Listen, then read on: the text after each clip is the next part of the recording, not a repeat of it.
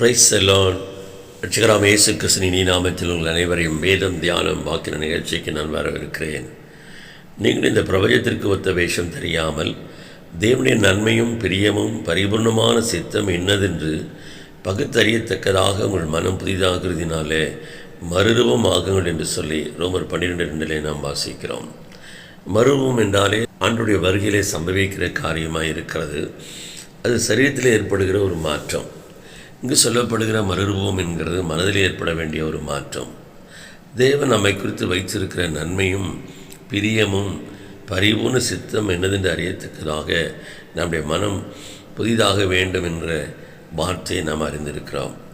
எனவே இந்த மனம் திரும்புதல் என்பது நமக்குள்ளே உண்டாக வேண்டும் என்று சொன்னால், இப்பிரபஞ்சத்திற்கு ஒத்த வேஷம் தெரியாமல் உலகத்துக்கு உகந்த வாழ்க்கையை நாம் வாழாமல் தேவனுக்கு பிரியமான வாழ்க்கை வாழும்போது கர்த்தர் நம்மிலே ஏற்படுத்துகிற ஒரு மாற்றம்தான் மனமாற்றம்.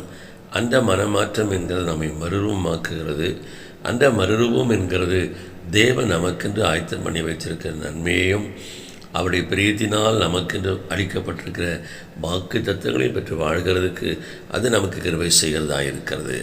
கர்த்தர் நம்முடைய வசனங்களை ஆசீர்வதிப்பாராக. ஆமென்.